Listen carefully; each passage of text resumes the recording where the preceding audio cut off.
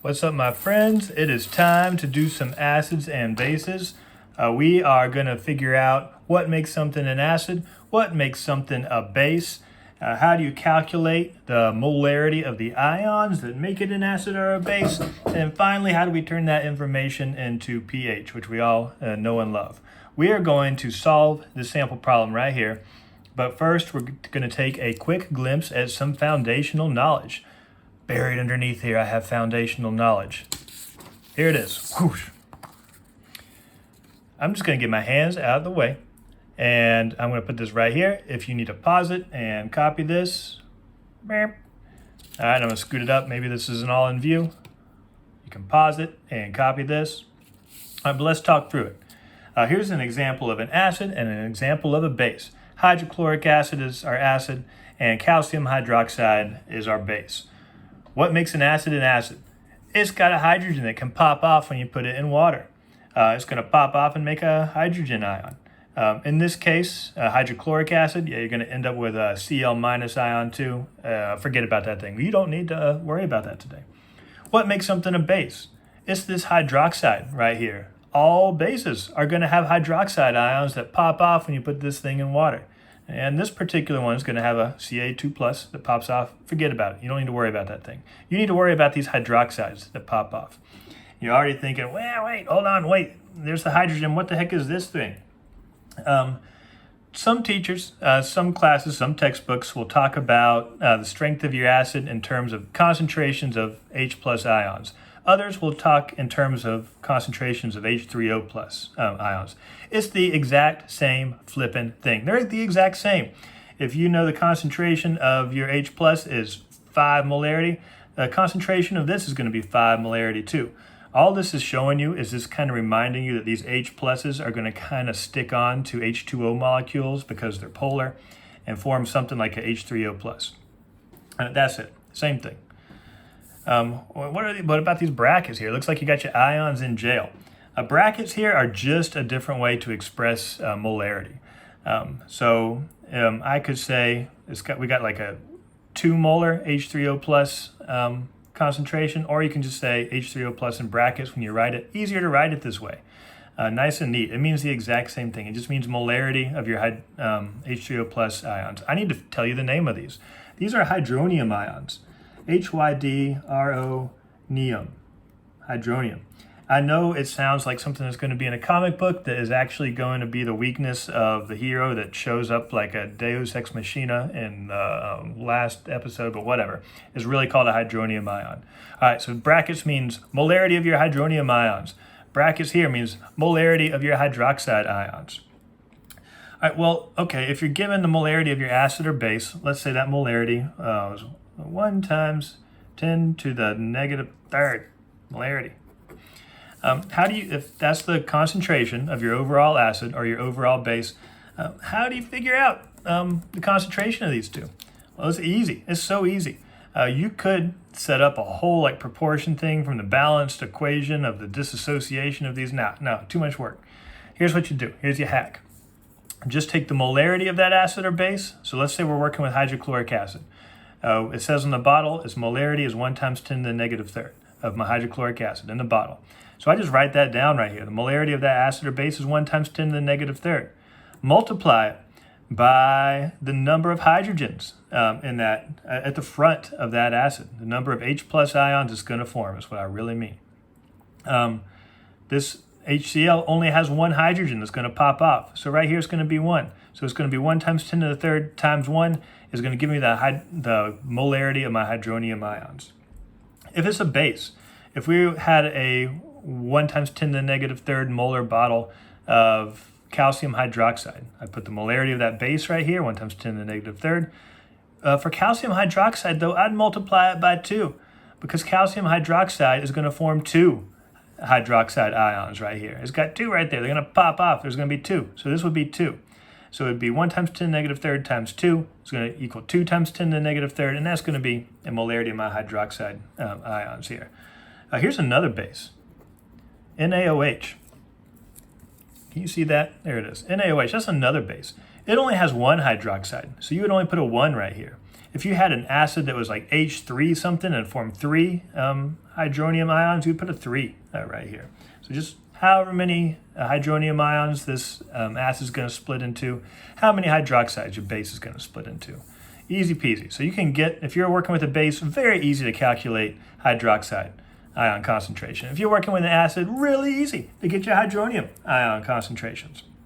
But look at our example problem.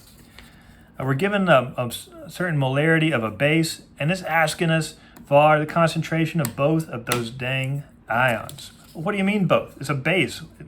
Why are we dealing with this? Well, it turns out in any solution of an acid or base, you're going to have both ions, just because of a natural equilibrium that forms in these types of solutions. If you're dealing with a base which is dominated by hydroxide ions, the number of hydroniums are going to be itty bitty, teensy weensy, infinitesimal in some cases, but they're still there and we need them. Same for your acid. It's going to be dominated by hydroniums, but it's going to be a tiny amount of hydroxides too. But why do we care? Let's say we're dealing with a base. Why do we care about those itty bitty number of hydronium ions? Well, because that's how you calculate a dang pH. When we're talking about the strength of an acid or base, we're talking about pH. Now, you know the pH scale goes from like 0 to 14. Neutral's at 7. There, here we go. This is why 7 is neutral, because you've got an equal number of hydronium and hydroxide ions in there. It's neutral, not acidic or basic. The lower the number you get, the more acidic it is. The higher the number you get, the more basic it is. So stands to reason. The higher the concentration of hydroxide ions, the higher your pH. The lower the pH, you're going to have a higher concentration of hydronium ions, fewer hydroxide ions. And we'll see how that plays out in the math in just a second. Because it turns out pH is the negative log of your hydronium ion concentration. Does not matter if you're working with an acid or a base, you're looking at the hydronium ion concentration. That's why it's important to be able to figure out that if you're working with a base. Yeah, you got a base, it's going to be mostly hydroxide ions, but you need to be able to calculate what that tiny number of hydroniums are to plug into your pH formula right here. Well, how do we do it? We take this relationship right here. Turns out, at the conditions we're going to be talking about in the lab, that if you multiply the molarity of your hydronium ions in a acid or base times the molarity of the hydroxide ions in that acid or base, they're always going to equal this number. It's a small number, 1 times 10 to the negative 14th. Why do they do that? You don't need to know. It's just an equilibrium that forms in nature. These two molarities times each other are always going to equal that. That means that if you have a high hydronium ion concentration, this one's going to be low. If you have a high hydroxide ion concentration, this one's going to be low. All right, let's put all this foundational knowledge together. I've been rambling for a while here. I've been rambling for 8 minutes and 12 seconds. Now let's look at our example problem. Poof. All right, we got a sample of 2 times 10, oh, this is wrong. 2 times 10 to the negative 4th molar calcium hydroxide. Find molarity of OH, molarity of H3O plus, and the pH. All right, I can find the molarity of my OH really quick. We use this right here. First thing on it was the molarity of my base. It is 2 times 10 to the negative 4th. I multiply it by the number of hydroxide ions that will pop off of this base. There's 2, subscript 2. So I multiply it by 2. And that's going to equal 4 times 10 to the negative 4th. And that's going to equal my hydroxide ion concentration. Look at that. I'm 1/3 done with my problem already. So easy. I'll multiply by 2. All right, now I need to find the concentration of my hydronium ions. Guess what? Turns out those two concentrations multiplied by each other equal 1 times 10 to the negative 14th. So I'm looking for my hydronium ion concentration times what I've just calculated to be my hydroxide ion concentration. Those two values multiplied together at the conditions that we are concerned with are always going to equal 1 times 10 to the negative 14th. And we'll just solve our H3O plus. Means we're dividing each side by 4 times 10 to the negative 4th.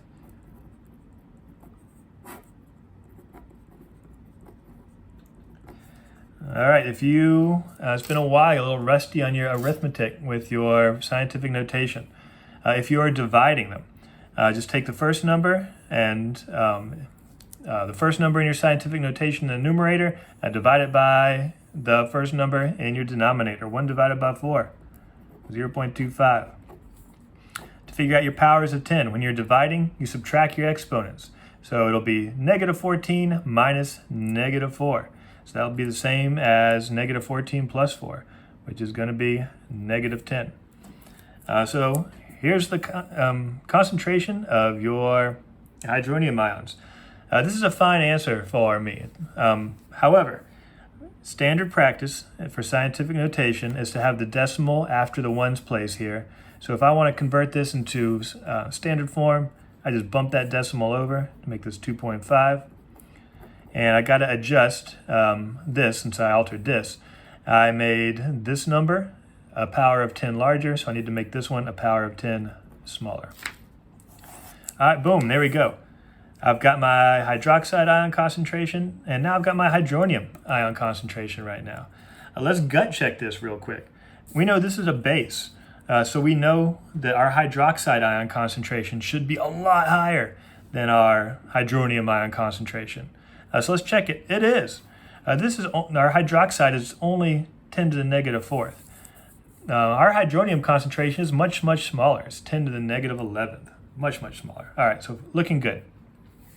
All right, we still got one thing to figure out, the pH.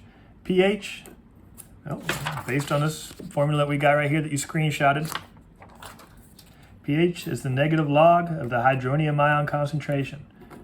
What about for an acid? What about for a base? It is always the hydronium ion concentration.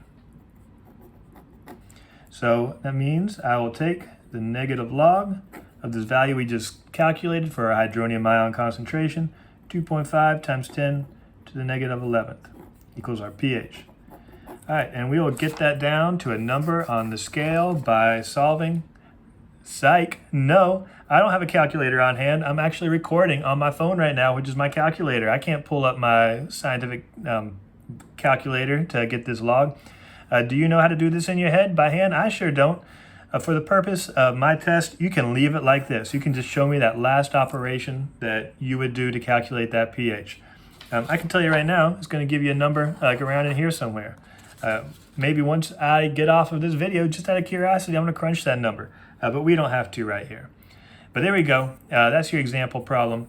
If you had been given an acid right here, you do the exact same thing. You take the molarity of your acid and multiply it times the number of H pluses that will pop off of that acid, and then you'll get the molarity of your hydronium ion concentration.